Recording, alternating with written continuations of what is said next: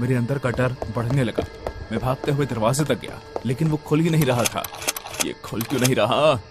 मैं हांफने लगा। मेरी सांसें कमरे की ठंडी हवा में धुंधली होती हुई दिखाई दे रही थी। मैं वापस कमरे की तरफ मुड़ा और तभी फुसफुसाने की आवाज आने लगी।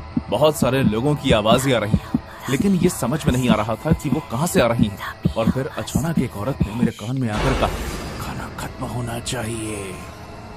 मैंने अपने कान बंद करने की कोशिश की, लेकिन आवाज मेरे दिमाग में बैठ चुकी थी। तापमान अचानक से गिर गया। सांस छोड़ते हुए टॉर्च की रोशनी में मुझे भाप दिखाई देने लगी। फिर हंसी की आवाज आनी शुरू हो गई। वो किसी बच्चे की हंसी की आवाज थी, जिसके पीछे किसी बुरे वक्त का प्रभाव छुपा था।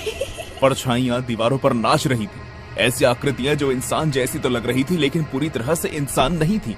मैं पीछे की तरफ गिर गया। मेरी पीठ डाइनिंग टेबल की ठंडी लकड़ी से टकराई।